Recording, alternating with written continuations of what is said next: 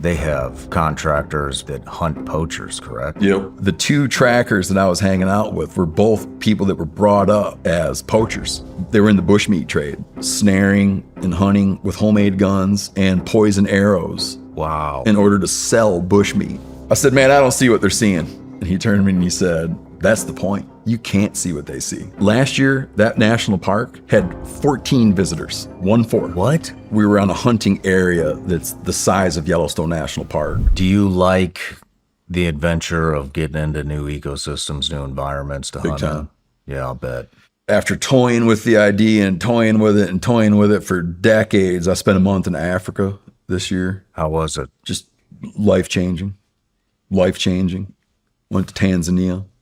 I met these dudes, this guy, a professional hunter named Morgan Potter. He works for this place, Robin Hurt Safaris, and I met Roger Hurt, a kid of the founder. You know, he got tore up by a Cape buffalo. So he had come to the U.S. for some medical care. And this other professional hunter married a woman. Morgan Potter married a woman, and they live. So even though he spends half his year in Tanzania, he spends half his year by me. And so we just got to hanging out, and I had him come on my podcast, just talk about their life and the kind of hunting they do. And once I had some people I really trusted to go, I went, and it changed, I mean, like life-changing experience. I kept telling people I was there so long I had to cut my fingernails twice. And it was, dude, it was just, I mean, utterly life-changing. Yeah, just the stuff I saw, other ways to live, you know. I was blown away, man. I'll be talking about that the rest of my life. Do you, I mean, when you go on these remote trips like this, are you embedded with indigenous people? You get to see how they live, Yep. What they eat. Yeah, how they got to hunt. hang out with the trackers, you know, and the way these guys work is we were out, just to give you some, I mean, you know, obviously, I mean, you know, you've been all over the world. I mean, it's a huge continent, right? Like it's the different ways that not only the different ways people live, the different climates and all that, there's very different ways in which wildlife is managed in Africa. Tanzania has a very progressive view on wildlife management. We were on a hunting area that's the size of Yellowstone National Park. It's a 2 million acre game concession. There are human activities occurring. It's not a peopleless environment. Like there's guys that have permits to commercially fish there. There's guys that do commercial honey harvest in there. But it's like the government has said like this 2 million acres doesn't get developed, and they make money off it. They're able to make money off it by allowing hunting to occur on the place.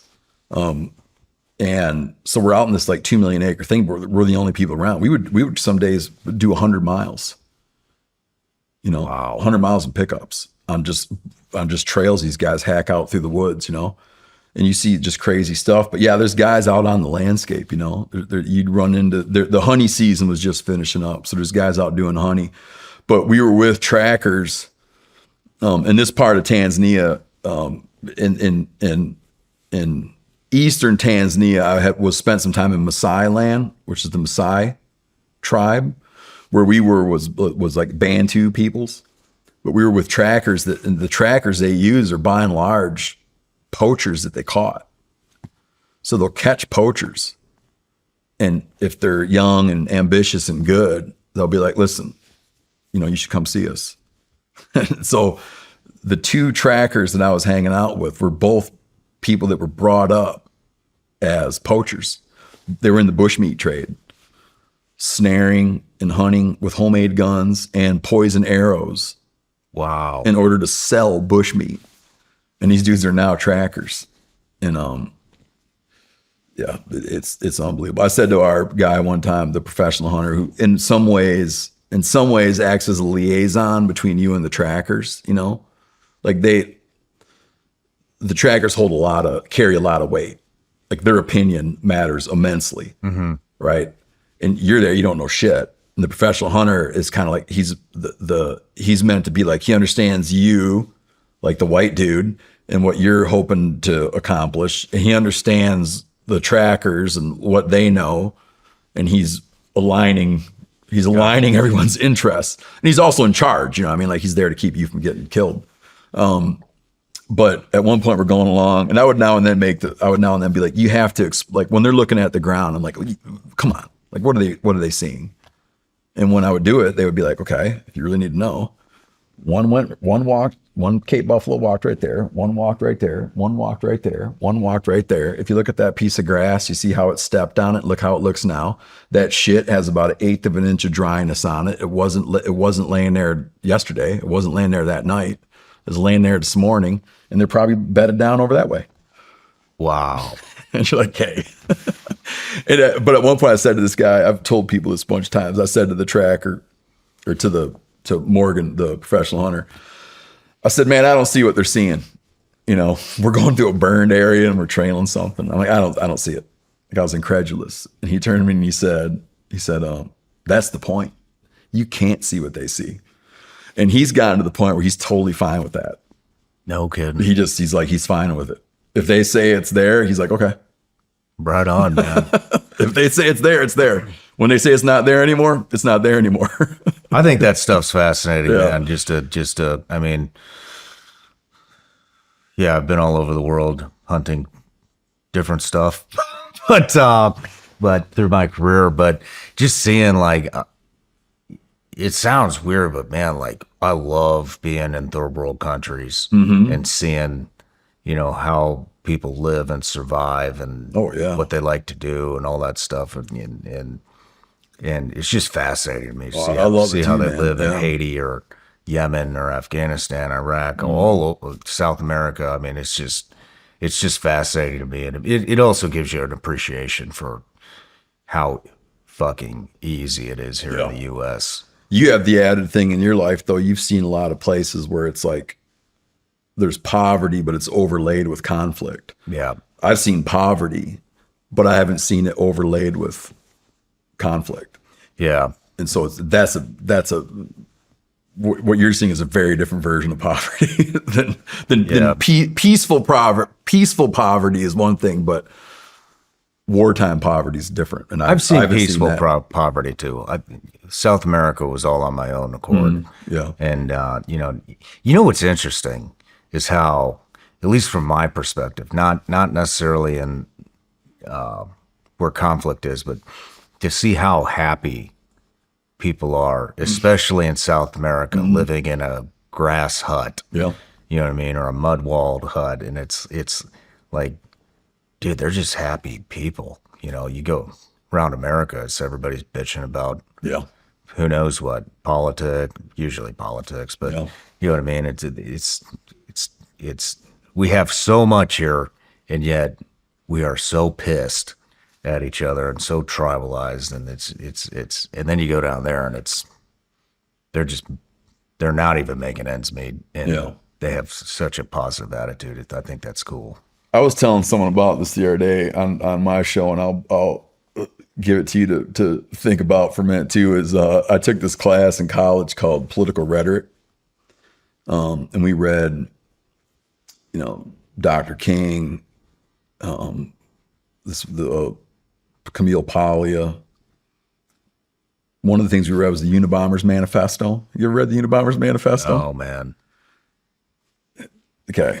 There's a, without in any way seeming like I'm endorsing, I'm not, but I'm saying there's a point he raises in his manifesto. If you can get through it, it's very difficult to get through. But there's this point he raises, which is always stuck in my head since I was in college, is that he talks about there's these different, there's this way he sets out difficulty of task.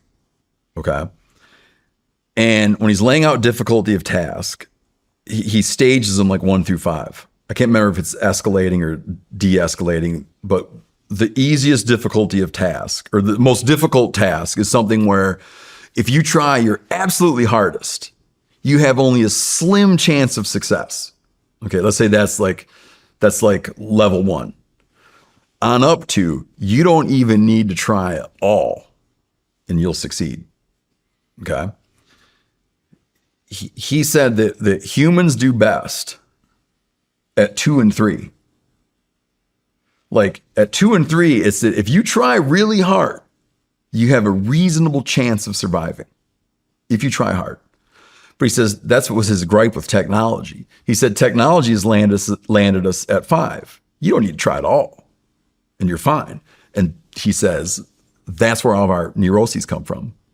Interesting. Because the thing that he argues, Kaczynski argued, and again, without getting into like sending mails off or sending bombs off in the mail and shit, it's just an interesting point. Is he argues that the thing that we're supposed to be trying to do really hard is like to take care of ourselves and take care of our family. But now that it's all a given, we have all this mental room. We have all this mental room to be spoiled and whiny and bitchy because we wake up and it's all pointless. It's all taken care of. I'm fine. Yeah. You know, even if you don't know where your next meal is going to come from, you probably know it's coming. Right. It's an interesting point. You know, that was his gripe, you know. Kind of hard to argue that. And again, I always hesitate to bring up where it came from, but I need to be intellectually honest to say where the point came from. And going to other places and seeing other things demonstrates that. My 2 boys share a room, which brings up all amount of bitching, you know. And the other day I'm saying to my 15-year-old, we're having the same damn conversation around the dinner table, like them sharing the room. I'm like, dude, you just came from a place. They had been out there with me for a week, and then my wife took my kids bumming around. But I'm like, you just came from a place, dude. People were sleeping, and you saw it. You were there. People sleep in grass huts they made for themselves. And he's like, good point. Not that I'm done hearing about the room thing, but at least he's old enough to recognize, like, yeah, you're right. That's You're cool. right. That's cool. Mm-hmm. You know, back to the Africa thing. I mean, they take that. I mean, I've had a lot of people in that do big game hunting, and they don't want to talk about it because they don't want the blowback. Oh yeah. You know, but friends of mine, guests that have been on here, lots of people. But you know, from my understanding, I've never been on a hunt in Africa, but they take that shit they take conservation very seriously. From what I understand, I mean, they have contractors, careers that hunt poachers. Correct? Yep. And I'm anything but a subject matter expert. I can speak to where I was in Tanzania, but in Tanzania, it's a remarkably different regulatory structure than what we have. One of the things that makes the United States of America so progressive and so great on wildlife, like a way that we've just achieved success with wildlife is publicly owned. Okay. The U.S. citizens, the citizens of a state, they own the wildlife, and then agencies represent your interest in owning the wildlife. It's democratically owned. In Tanzania, that's not the case. Like the government owns the wildlife. So and there's poverty there.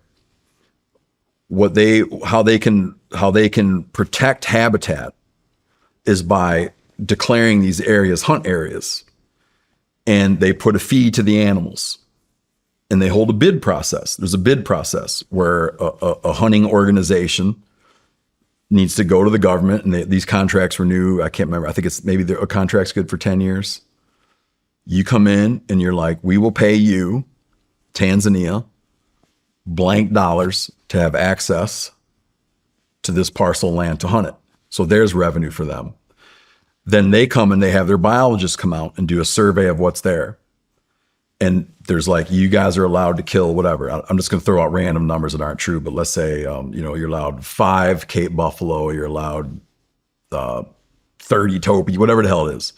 They'll come out with a list, and they'll say that you are obligated to buy 40% of that wildlife from us, the operator.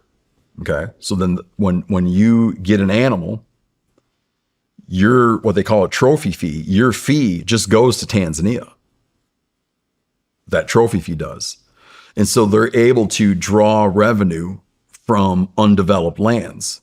The biggest risk they have is slash and burn agriculture, which people, small farmers come in, they cook the forest, they burn it, they grow a crop. They don't have money for inputs. They don't have money for fertilizer and other things. And so when you cook the soil after a couple rotations, what do? You burn the next chunk. It devours the wildlands.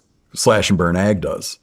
But you're able to come in and say with these areas, and all of a sudden now the government's able to make money off of preserving habitat.